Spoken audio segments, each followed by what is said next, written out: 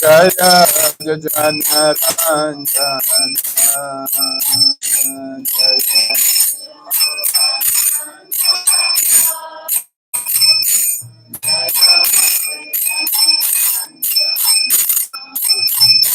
Jaya Jashodanandana Jaya Jana Ranjana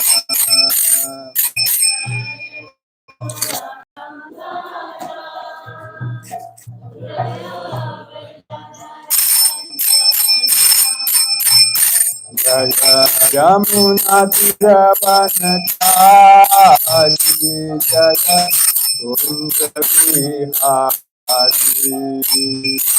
Jaya Yamuna Tiravanachari Kunda Vihari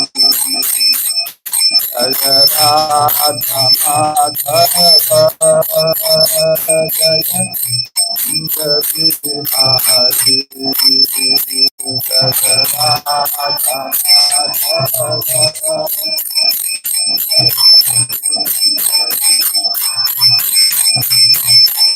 Hare Krishna, Hare Krishna, Krishna Krishna, Hare Hare, Hare Rama, Hare Rama, Rama Rama, Hare Hare, Hare Krishna, Hare Krishna, Krishna Krishna, Hare Hare, Hare Rama, Hare Rama, Rama Rama, Hare Hare.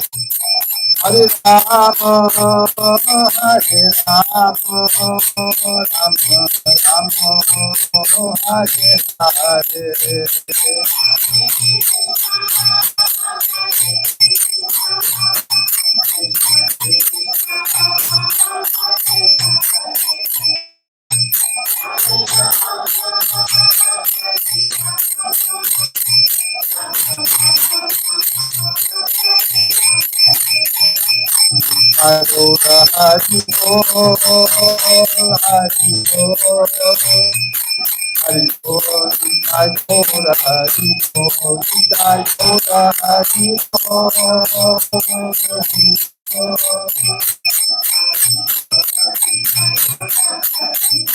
Jaya Jaya Prabhupada, Prabhupada, Jaya Jaya Prabhupada.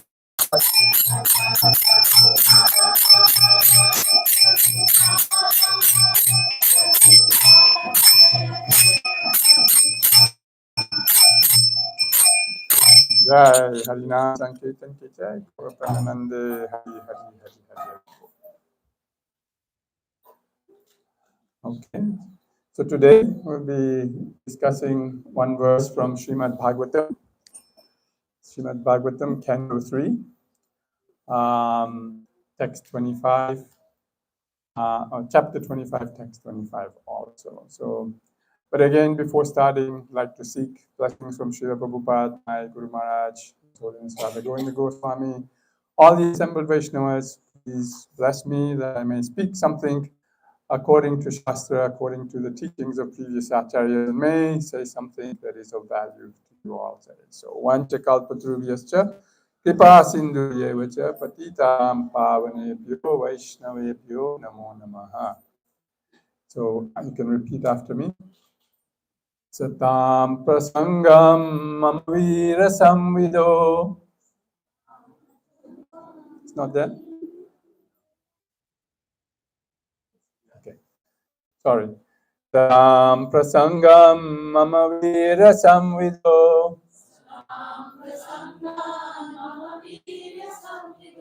Bhavanti Ritka Narasayana Katha.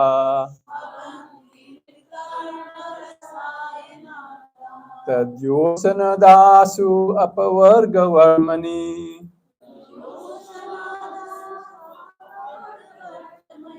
Shraddharatir bhaktir anukramishyati Satam prashangan mama veera samvido Bhavanti ritkarna rasayana katha Tajoshana dasu apavarga vartmani Shraddharatir bhakti anukramishyati.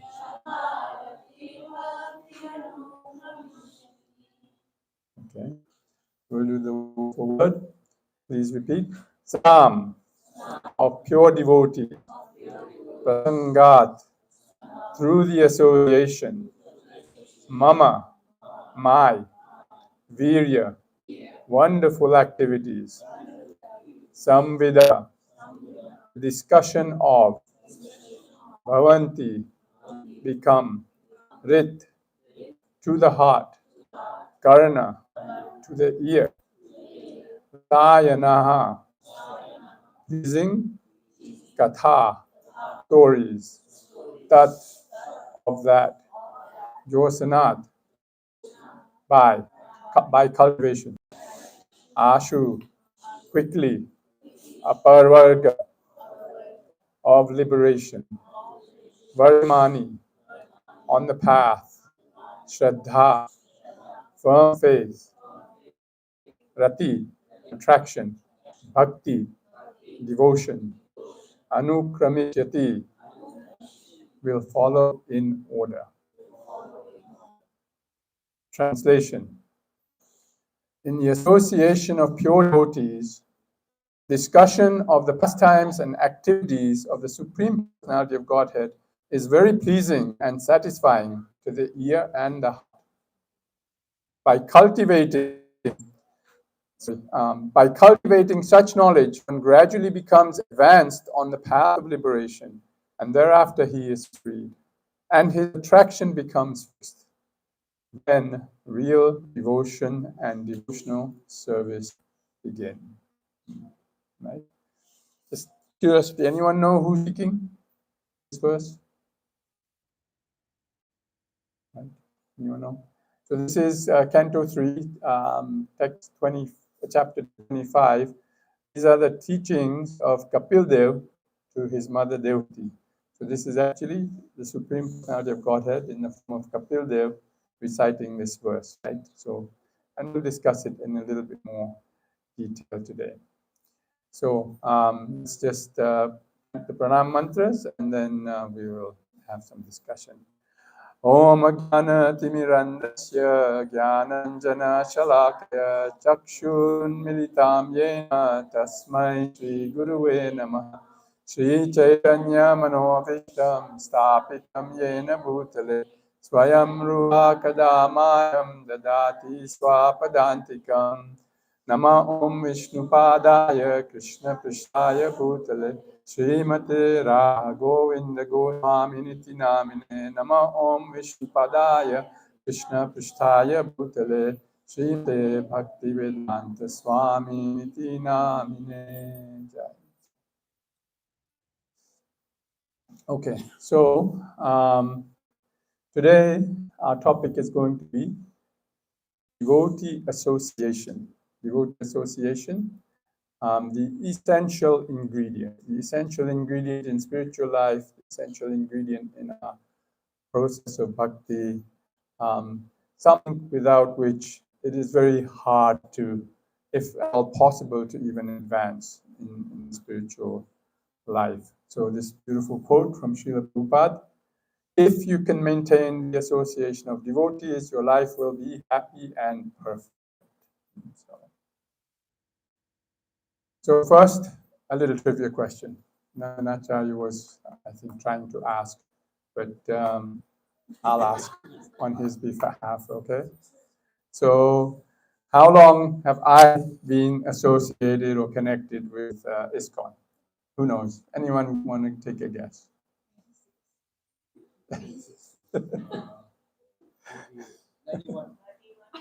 91 years? 99. 31 years? Close. Ba is sleeping, otherwise we could ask Ba. So if you were to ask Ba when she's awake, she would tell you that actually,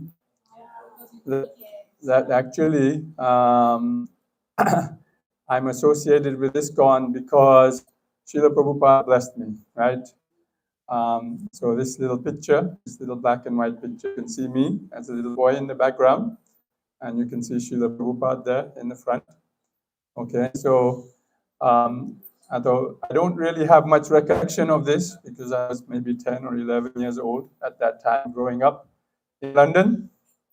And it's at that time when Prabhupada probably took his first or maybe second trip to London with some of his first early disciples. And as it was a tradition, our family used to invite all saintly people. At that time, not so many people were there, even in London. So we had Srila Prabhupada visit our small apartment in the area of Finchley Road, North London area. Even though I may not recall this event, I cherished this little small black and white photo for many, many, many years. And it has Srila Prabhupada obviously sitting on a sofa, and I'm there in the background. And if you ask Ba, he will tell you it's because Srila Prabhupada blessed me to advance, right? So in this way, maybe if we were to start this as my association with ISKCON, this would be 1968, 69 frame, so maybe over 50 years, if we count this as a beginning, but anyway. So anyway, why this is important, why am I sharing this, we'll discuss. It will hopefully become apparent. So we know this very popular proverb, English proverb, right? A man is known by the company he keeps, right? Famous English proverb. Does anyone know the origin of this proverb? Where does this come from? Anyone know? Everyone's heard of this, right? There's a Hindi version too, right? Jaisa sang aisa rang. Yes, Jaisa sang aisa rang is the Hindi version. So this proverb actually has some biblical origins too, but the most often this quote is attributed to the great Greek philosopher Aesop. 2,500 years ago, he related the story of the ass and the purchaser, right? The story of the ass and the purchaser. So that time, a man bought an ass from one of his other friends or whatever. He bought an ass, and he took that ass and he put it in the herd of his existing asses. And he observed very carefully what this ass would do. And he observed that this ass actually started associating with the other asses in the group there. And the other asses he picked were the ones that were greedy, lazy, didn't do anything kind of thing. So this man immediately took that ass and took it back to his friend and said, no, I don't want this ass, right? It's not going to help me, right? So that is one of the origins of this verse, right? So we understand that, a man is known by the company he keeps. That a person is similar to the people he chooses to spend time with, right, in general. And he will have or develop some of the same character, the moral standards, as those that he chooses to surround himself with. A person who will associate usually with someone they feel comfortable with, they are like him, and this expression, we know, comes from way a long time. even in the Bible, there's a section in the Bible called Proverbs. It says that he walketh with the wise shall be wise, right? Right? He that walketh with the wise shall be wise, right? Who is a companion of them that fear the Lord, right? So in that way, this concept is quite prominent. But as we'll see, it has very, very special significance in especially our Vedic tradition and especially in our Krishna conscious movement. And it's one of the fundamental principles that Srila Prabhupada inculcated in the whole movement. So today we're going to look at Srimad Bhagavatam's perspective on association, and Srimad Bhagavatam actually provides a very, very comprehensive perspective on association itself, right? So we're going to look at the glories of association. What does association really mean, right? How do we engage in association? What happens if we give up the association of devotees? What can we gain from association? What prevents us from engaging in association? Why is it always better, despite all problems and obstacles, to always remain in the association of devotees? Association and cooperation, and the importance of association, kind of that final essential ingredient. So, Bhagavatam is very, very wonderfully repeating this theme over and over and over again in various ways and various stories, just to again help us or remind us that without the association of devotees, it is very difficult, if at all possible, to make any progress. So let's start. Firstly, Canto 1 and 2. Canto 1 and 2 of Srimad Bhagavatam, as you know, has 12 cantos, roughly 18,000 verses, and has only full of leelas and pastimes of Krishna and his devotees, just pure conscious information. So in Canto 1 and in Canto 1 specifically, we find the story of Vyasadeva, right? We know, we've heard many about Vyasadeva actually compiled all the Vedas, Upanishads, Itihasas, and after having done this, Vyasadeva was what? After having compiled all this Vedic literature, right? He was not happy. He was confused. He was bewildered. He's done all this wonderful work, written Mahabharata, Ramayana. He's written all of the Upanishads, the Vedas, and so much work. And then after having done that, he's thoroughly confused, right?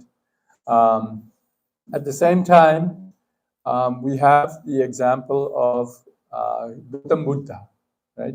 Gautam Buddha.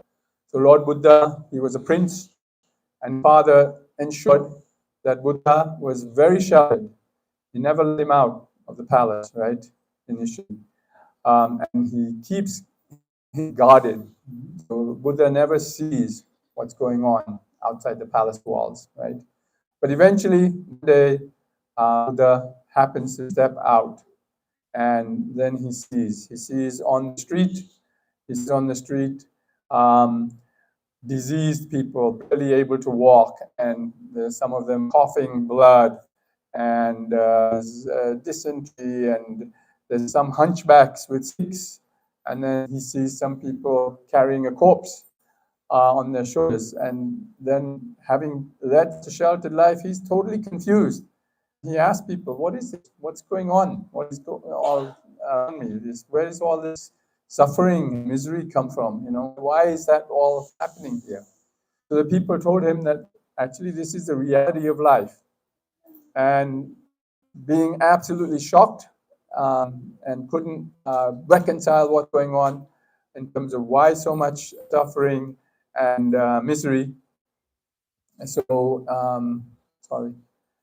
he just decided to reclude himself, right? And he went into reclusion. He concluded that if all this suffering exists, then God can't be there. Would God allow so much suffering, so much pain? God cannot be a person, and therefore Buddha He subscribed himself to something, say God cannot be there, he cannot be a person, otherwise he wouldn't allow this to happen. And part of the whole Buddhist tradition is this idea God is not a person, he doesn't really exist. It's what we refer to as impersonal or Mayavad conception. Now, Vyasadeva, on the other hand, he's confused because, as we said, he's unable to find contentment, satisfaction, and being distressed, dissatisfied, he had no idea what to do next, right? So on one hand, Buddha is satisfied, distressed. He doesn't know what to do in life. And both Vyasadeva and Buddha, we know they are actually not ordinary beings, right? They're incarnations, right? They are known as Sakyavesh avatars. Sakyavesh means empowered incarnations. So they are still jiva souls, but they are empowered by the Supreme Personality of Godhead. Sakyavesh avatars of the Supreme Lord. But yet they are both confused, satisfied, distressed, baffled. They don't know what to do. So from one perspective, they're both in that same condition, that same point of view, confused and unhappy, right? And what happens is that Buddha, he ends up with this idea of sunyavad, voidism, completely impersonal conception of Lord. Sorry.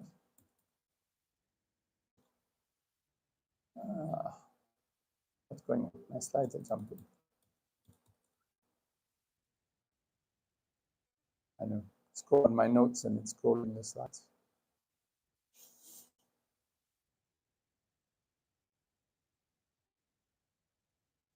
The mouse is up there, right?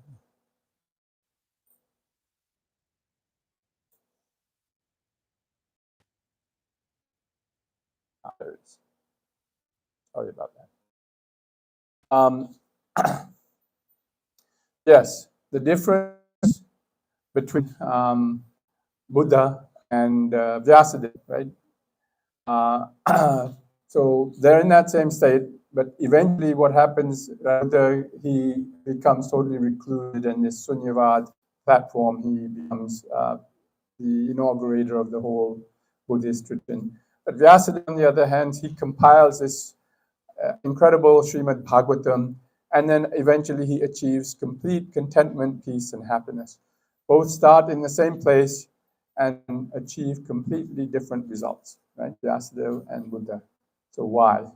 Why? Siddhartha chooses the path of reclusion, enlightenment on his own, sitting under a tree, and Vyasadeva does he takes what? He takes the shelter of Narad Muni, right? He takes the shelter of Narad Muni, by whose association, advance, inspiration, Narad Muni says, okay, you write the Bhagavatam, you elaborate Krishna's pastimes of his devotees. And that way, you'll get satisfaction. And, this same Narad Muni, who instructed Vyasadeva, Canto 1 also has his story too. He was the son of a maidservant, and then by his great fortune, he was able to serve the Bhakti Vedantis while he was a little child. He heard from them. He had the opportunity to accept the remnant of their foodstuff in the form of prashadam. So Narad Muni, he became a great devotee by associating and serving the great Vaishnavas, the Bhakti Vedantis, as they were known. And in turn, Vyasadeva became great by associating with Narad Muni. And on the other hand, Buddha becomes enlightened, but achieves only the impersonal conception, right? So the difference, in one case, there is sadhu sangha, and in the other case, there is no sadhu sangha, right? So this is the power of association, power of sadhu sangha in terms of overall result effect. So Canto 3, right? We know this picture. This is Kapil Muni. This is our verse from today, right? Satam prasangam mama vira samvido bhavanti ritkana asayana katha. In that association, Satam prasangam means in that association, mama vira samvido. What do the people do? They discuss my wonderful activities. which are very pleasing to the heart, and thereby they become advanced on this path of liberation. They become freed from material entanglements, and they develop attachment for the Supreme Lord. And important point in the last line, Shraddharati Bhaktir Anukramishyati, only after this happens, right? So only after association in which we discuss and relish Krishna Katha, only after this real devotional service begin. Right? So we understand here the difference between, or understanding what is association, right? Canto 3, so Canto 1 and 2 talked about glories of association. Canto 3 is a little bit more about what association really means, right? So association with devotees doesn't just mean hanging out with devotees, going to see the movie, or party, or this, right? Just socialize. That's important, but that's not really what association is referring to. Bhagavad Gita. What verse Bhagavad Gita describes what devotees do when they are associated?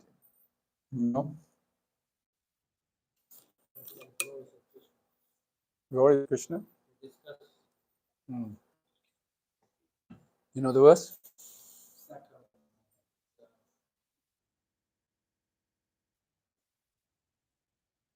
Anyone know one of the Chaturshloki verses? Very famous verse. And Matchita Matta Prana Bodhayantas Parashparam. Right? Bodhayita Parashparam. What are they doing? Parashparam, in between themselves. Bodhayantas, they are talking, they're discussing. What are they discussing? Kathayantas chamam nityam. Kathayantas chamam nityam. Kathayantas means katha. Kathayantas chamam, of me. Krishna is saying, of me. They are discussing my eternal pastimes, my glories. And then what happens when they do this? Tushyanticha ramanticha. Tushyanti, they attain complete satisfaction and bliss, right? So this is Bhagavad Gita reference to this. So association, the essence is, as spoken by Kapil Dev and also by Krishna in Bhagavad Gita, that association doesn't mean just physical proximity, physical. It means association means also having Krishna Katha at the center, Krishna, relishing Krishna Leela, glorifying Krishna, singing his names, glories, etc. Right? So there's a nice story around this that Srila Prabhupada took up. So once he was sitting amongst his devotees, he pulled up the sleeve of his kurta and said, "Look, there's a mosquito. This mosquito is there. This mosquito, in one sense, he's associating with me. Mosquito is associating with me. But it's not hearing from me. Mosquito isn't hearing from me, right? He's simply sitting close to me. In fact, he's slipping very close to me. And he's sucking my blood, right? He's sucking my blood. So, lesson we can learn from this, even when we are amid each other as devotees, we can be very close to each other. But if we just discuss mundane matters, we will end up sapping each other's energy, right? Just like the mosquito sucking the blood, right? Sapping each other's energy and draining ourselves. We learn this, that from association doesn't refer to physical proximity, but the rather process of relishing Krishna Katha, right? In the company of devotees, right? In the association of pure devotees, discussion of the pastimes, the activities of the Supreme Personality of Godhead is very pleasing and satisfying to the ear and heart, right?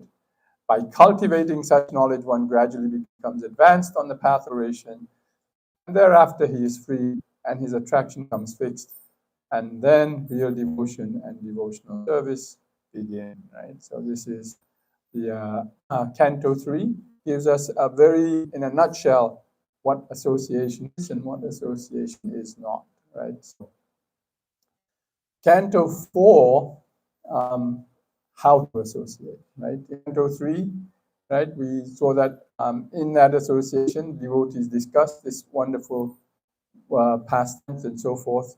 In Canto 4, we have the story of Dhruva Maharaj. Dhruva Maharaj, and we have what happened with Dhruva Maharaj, right? We all know the story of Dhruva Maharaj, that Dhruva Maharaj, he left the palace on his mother's instruction, Suniti, and if you really want to know the Lord, go and meditate in the forest. By good fortune, he had the association of Narad Muni, again, in the way, Narad Muni, and there, what he took from Narad Muni is that, yes, Narad Muni tested him first. You're just a little boy. Go back home. You don't need to go to the forest. Just go back home. Play. In the future, everything will be fine. But Narad Muni, he was determined. No, I want a kingdom greater than that of my father. So in this way, okay, Narad Muni said, fine, go and chant this mantra, Om Namo Bhagavate Vasudevaya. And in this way, very, very quickly, in fact, in a matter of 6 months, Dhruva Maharaj had darshan of the Lord. Darshan of Lord Vishnu directly, right? Garuda. Vishnu came on Garuda and touched Narad Muni's head with his conch shell there. And immediately Narad Muni was transformed. He no longer desired a material kingdom, material wealth. He said, I've been searching for diamonds, I'm searching for broken glass when I really now have a diamond. So what is the use of that, right? So in this way, the lesson we learn from is how to associate, again, is that we must take direction from the senior Vaishnavas, from the Acharyas. If we act according to the instructions of the Acharyas, then we can progress rapidly. So Dhruva was very, very fortunate to have the association of Narad Muni. He was wise enough to accept Narad Muni's instruction and followed his instructions to T, right? No compromise. My spiritual master said this, I will do this, right? And in this way, he achieved a great result, right? Direct darshan of the Supreme Lord himself. So the other key element of association, we need to take guidance of a senior Vaishnava, someone who is already advanced, who can see where we are and guide us accordingly. We need to take instruction of a guru or a spiritual master in that association. Okay, so Canto 5. What happens if we have association and somehow we give up the association of devotees? Right? So in Canto 5, we see the story of Bharat Maharaj. Bharat Maharaj, he thought himself, I'm advanced. I don't need anyone anymore. I'm good by myself, right? And indeed, the scriptures describe that Bharat Maharaj, he was at the level of Bhava Bhakti, just below than Prema Bhakti. He was very, very high level of advancement. But still in that state, he decided to go to the forest, and there he worked sincerely to serve the Lord. But as we know, the result was that he was actually demoted to animal life, right? Now, interesting thing is, so in one sense, Bharat Maharaj, he gave up the association of sadhus and decided to go and practice in solitude. But even though Bharat Maharaj gave up sadhu sangha association, sadhu sangha did not give up on Bharat Maharaj. This is glory of association. Although he became a deer, the sadhus found him. And eventually in his next life, as Jad Bharat, he says to King Raghugana, right, as we see in the third picture there, Jad Bharat trying to catch the palanquin, but he doesn't want to step on an ant. This is his level of advancement, and the palanquin is jumping up and down, and King Raghugana is upset and says, who is doing this? And then Jad Bharat really so much knowledge and understanding to King Raghugana that he becomes King Raghugana's guru also. But he says in one specific verse, he says, my dear Raghugana, he says, Vina Mahat Pada Rajo Bhishekam. Vina Mahapada Rajo Bhishekam. Unless one can smear his entirety with the dust of the lotus feet of great devotees, one cannot realize the absolute truth. Right? So this underscores what we learned in Canto 4 there, that We need the mercy of the great devotees, advanced devotees. One cannot realize the absolute truth by tapasya, right, as Bharat Maharaj learned. One cannot realize the absolute truth by brahmacharya or leaving home or even taking sannyas. Right? So, again, from Canto 5, if we think we can advance in the practice of bhakti by ourselves in solitude, we have the scriptures, we have Prabhupada's teachings, we have everything, why do we need anything else? And we will be making a mistake, right? So again, we need that mercy and the association, and if we happen to give up that association, then we will rapidly lose our devotion and bhakti. Okay, so in Canto 6 and 7, what can we gain from association? What can we gain? So we have a story of two stories actually.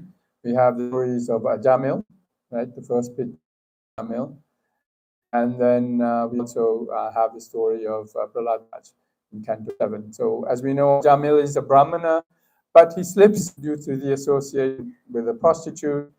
But again, by good fortune, some sages staying in his home says to him, "You've wasted your life in so many sinful activities.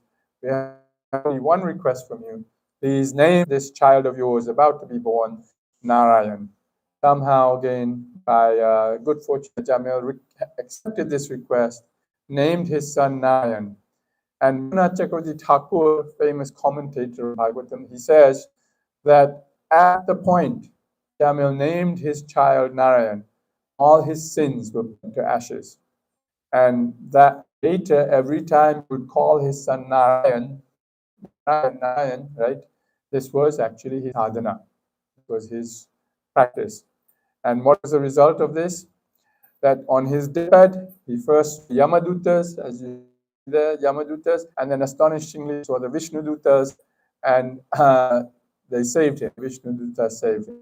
So we can see from this story that a small amount of association, a moment's association with the sadhus, Ajamil was saved from going to the hellish planets and got direct darshan of Vishnudutas, and eventually he went back to Vishnuloka,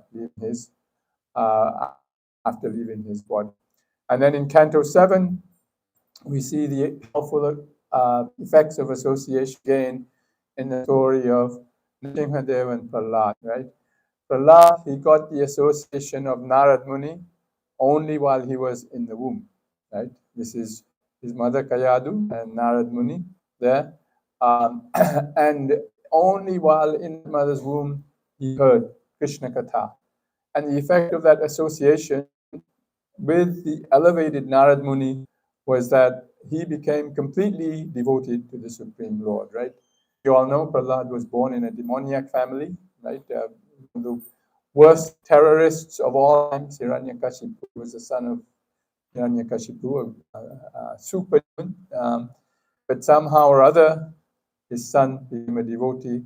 And the reason is that he had the association of Narad Muni before he was born in the womb, right? So sometimes we say to Mataji is expecting, it's important to hear Krishna Katha while the child is in your womb.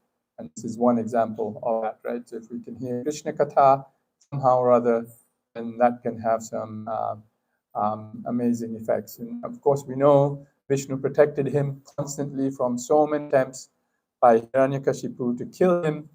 And Vishnu came finally in a very, very, very special form as Lord Nrsimha, half man, half lion, to protect him and vanquish that demoniac father. So both in Canto 6 and 7, we see that the result of saintly association, again, we can achieve that goal, the abode of Lord Vishnu or spiritual realm. Right? This is all possible with association only. All right, so in Canto 8 and 9, the bad qualities that prevent us from attaining association, right? So we may want to have association, but if we have, sometimes we have some difficulties which prevent us, right? So in Canto 8, we find the story of Sukracharya, who had the association of Bali Maharaj. And Bali Maharaj, I know, is one of the 12 Mahajans, great souls. However, because of his envious, duplicitous nature, Sukracharya somehow lost that association, right? And he fell. That was his downfall. In 9th canto, we find the story of Durvasha Muni and Ambrish Maharaj. Durvasha Muni, again a great sadhu, had the association of that great devotee, Ambrish Maharaj, but because he committed offense towards that great devotee, he was forced to leave the entire creation, chased throughout the material and spiritual worlds by Vishnu's Sudarshan Chakra. So through that envy or offense, we can lose that shelter and association of sadhus. Envy leads to offense, and both prevent us or distance us from the benefits of sadhu sangha. So this is the bad qualities that can prevent us from feeling the benefits of association and taking advantage of association. Canto 10, right? Sometimes we're in the association of devotees, we're in a community of devotees, but sometimes we have difficulties and obstacles, and we think it's too difficult and stressful to be in a community of devotees. Why not just avoid all these problems, avoid Vaishnava Prad? Let me just live by myself. You know, I can read, I can do my deity service, I can chant on my own. Why do I need to bother and take the stress of all these people, problems and issues and so forth, right?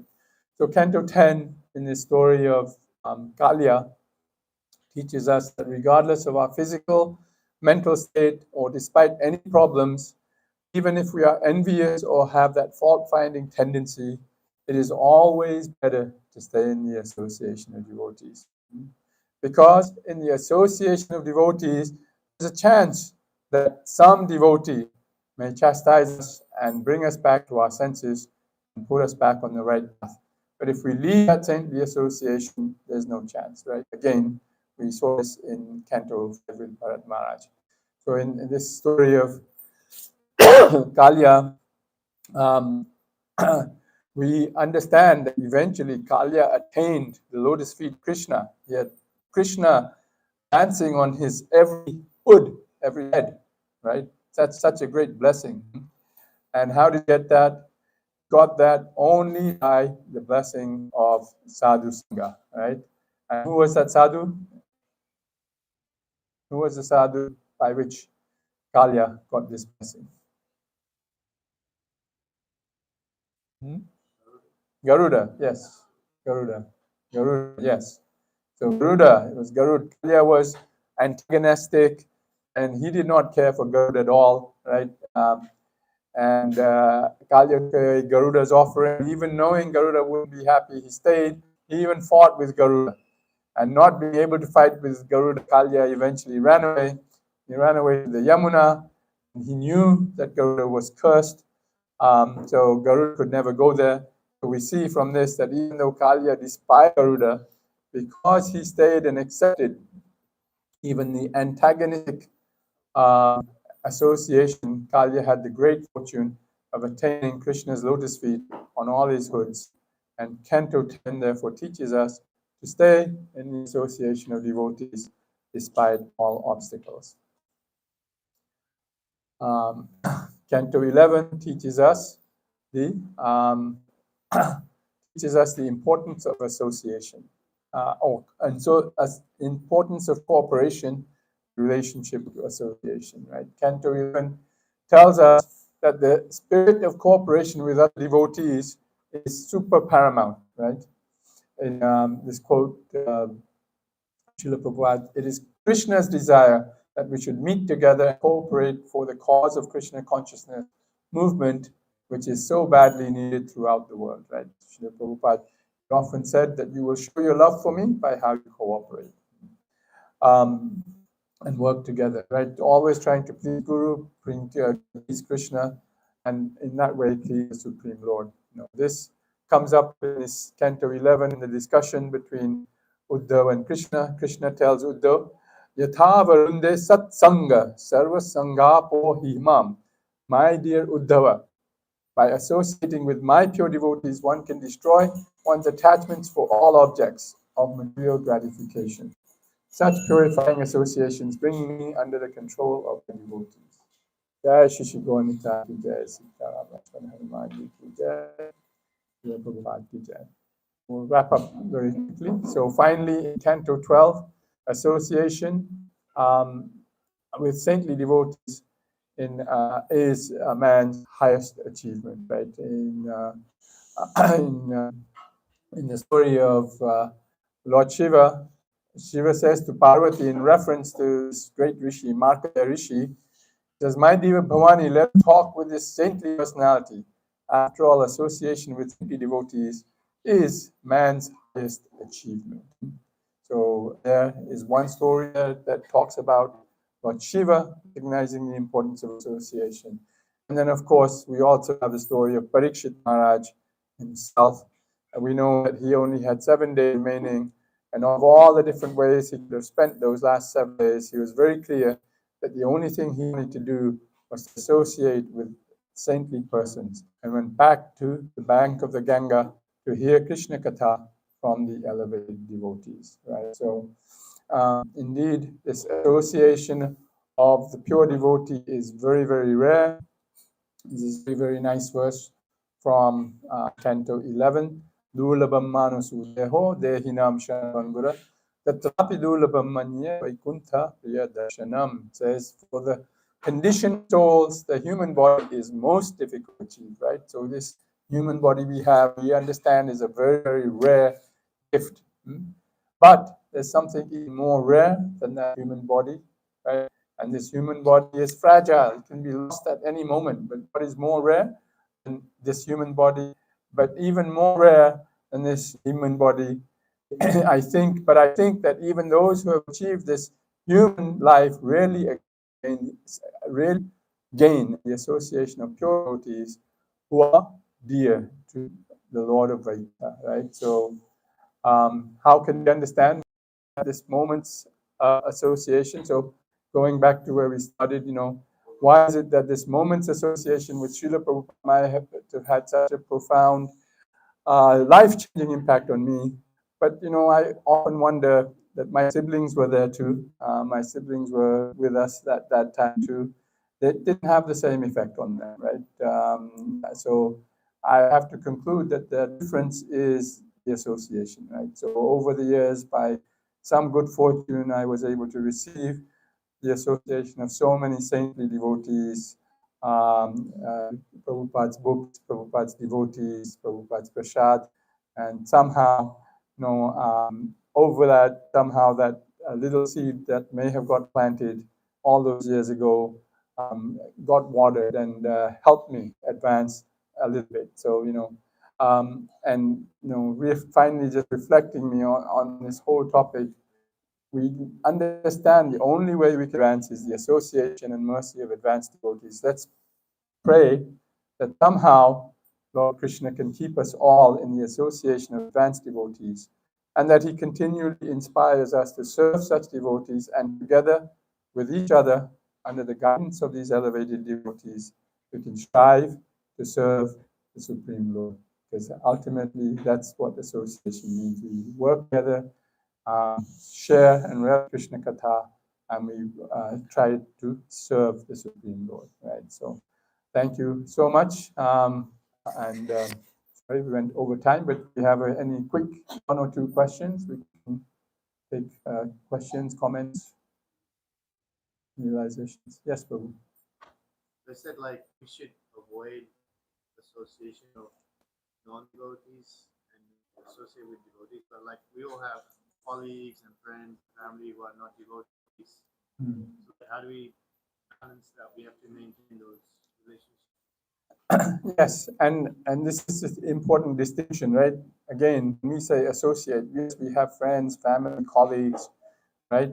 And we're with them. But remember that physical proximity doesn't equal association, right? So when we're with them, we share in various talks and discussions, mundane topics, and so forth. That we don't consider to be devotee association or association of any kind. So we try to minimize that. We try to Krishnaize that. So even in those discussions, we try to introduce a little bit about Krishna. We introduce a little bit about Bhagavad Gita. We know about Srila Prabhupada, what he's trying to do. We try to give them some prashad. We do something. But really, association only happens when we're in midst of people and discussing Krishna Katha. So can we say that, when that association, is that really association? It is association. And we see that if we overemphasize that kind of association, non-devotee association, then we see the story of Jamil. We see a story, a man is known by the company he keeps. Sooner or later, if we overly prioritize or if we find ourselves compromising our spiritual and devotee association for material association, we will see that our bhakti gradually dwindles, right? Dwindles, and it will become very hard. So consciously, yes, we have to maintain those relationships and so forth. But consciously, we also try to understand that at the same time, we have to balance that, and to compensate for it, we have to have much more spiritual and devotee association, right? So two things. We try to put as much spiritual essence into those material relationships as we can. And at the same time, we counterbalance by saying, we try to find more time, more opportunities for real devotee association, right? So this, my understanding. Any, yes, Prabhu?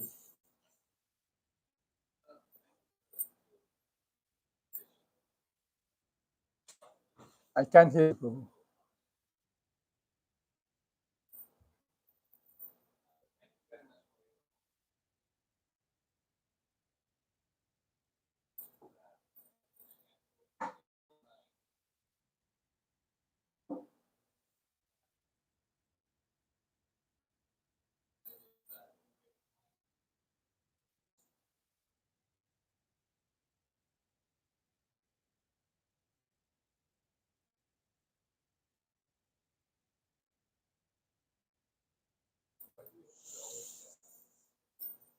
I'm not.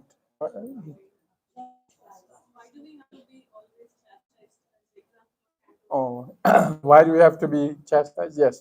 So, yes, there's also a very nice story. I'll just quickly relay in response to that. This is one of the stories Srila Prabhupada also often told. So, yes, by ourselves, we can chant. We can chant Mahamantra all day by ourselves. We can read books. We can even serve the deities at home, perform arti, and do everything by ourselves. So chanting, it purifies our mind. Prasadam purifies our body. In this way, all these things can get purified. But one thing remains unpurified by those processes. What is that? Ahankar, yes, ego. Our ego does not get purified by these processes. The only way to purify our ego, Prabhupada gave the analogy of the formation of diamonds, right? In order to create diamond, what happens, right? You take carbon and apply extreme pressure, extreme pressure, and then the diamond emerges. So our ego is like that. We need that ego to be crushed. We need that ego to be crushed. And when that ego becomes crushed, then the diamond of our real consciousness can appear. So only other devotees can apply that pressure, can, in a positive sense, tell us where we're going wrong, especially the advanced devotees. And by so doing, crush our egos, thinking that, yes, I can do so much by myself. I don't need anyone else. This is all false, right? So we need other devotees to physically, constantly remind us that, hey, we are nothing. We are nobody.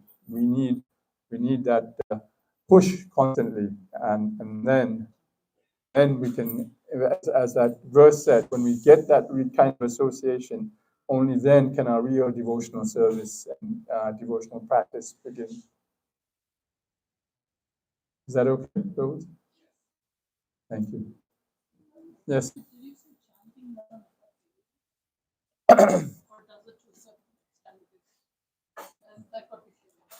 I mean, chanting purifies consciousness, right?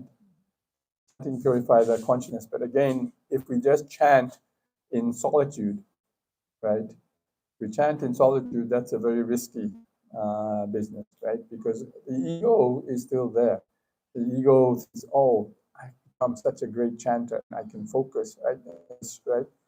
Uh, and that it doesn't directly. Only other devotees can crush that ego, right?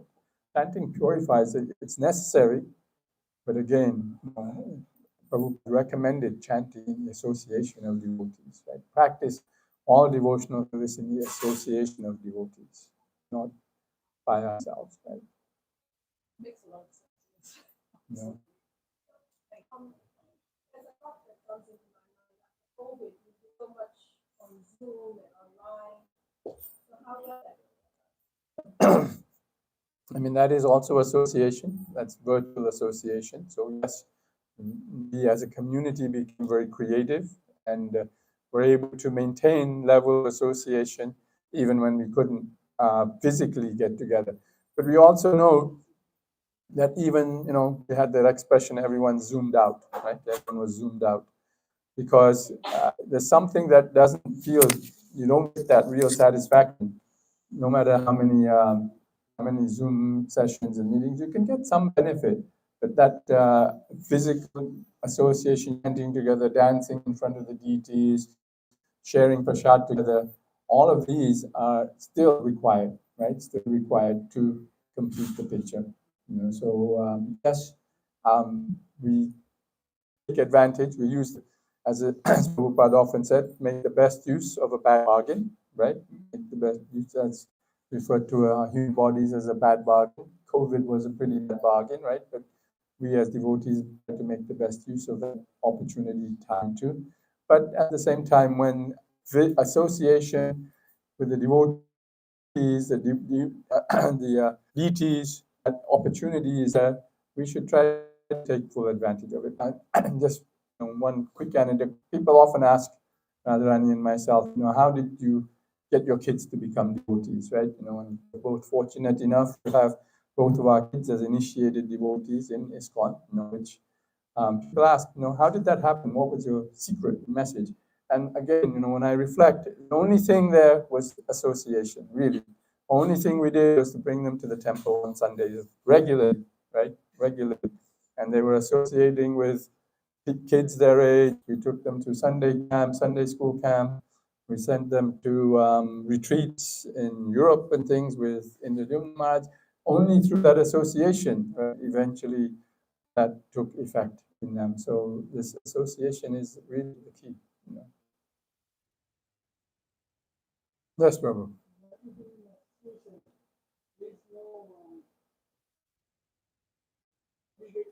Exalted devotee. Association is not made by somebody who is exalted. How can we make that association more? Yes, I mean, sometimes it's not always possible to have advanced devotees physically in our midst, right? And, even Prabhupada said that you can get everything you need from my books. Right? That's one of Prabhupada's statements. But yes, so association doesn't mean that we're always going to have advanced devotees, just amongst ourselves all the time to guide us and share. This is also something we have to seek out consciously and effort, right? So as an example, we have, last couple of months, we had like Bhakti Purushottam Maharaj. Next few weeks, we have many advanced devotees, advanced ISKCON gurus and sannyasis coming. So we take the advantage of when they are here, we take the advantage of getting their association, right? And by that, it's said, when we become sincere for that association, when we become sincere to find a guru, then Krishna sends that person, right? So yes, our sincerity has to be there and eagerness to find association, And even, advanced devotees, we have advanced devotees even in our community, right? We have, Vrindavan Prabhu, he's been there so many years. You talk to him, you realize how much he knows and read and so forth like this. So you can always find, devotees who are more advanced than us that we can seek association from. Okay? Yes, Prabhu. Ask questions. Mhm. Yes. Yes, it could be another class on its own, right? What are the characteristics of advanced devotees and souls? In principle, an advanced devotee is one who has dedicated his life to the Supreme Lord, and all of his actions, his goals, his motives are geared to please that Supreme Lord. Nectar of Instruction talks about this, to such a person, we should surrender ourselves completely, right? He talks about the three levels of Kanishta, Madhyam, and Uttam Adhikari, right? And the characteristics of the Uttam Adhikari is one who, he doesn't see faults in others. Many areas, many definitions. Nectar Instruction goes Vacha Vegam, Manasakoda Vegam. One who can control his urges, his 6 urges, all his senses, and so forth. He is fit to be a spiritual master of the whole world, right? So there's many, again, our scriptures tell us exactly what are the qualities and characteristics of that advanced soul and advanced devotee. So, not how we define that matters, it's what our scriptures say in terms of what to look for as the characteristics of advanced devotees.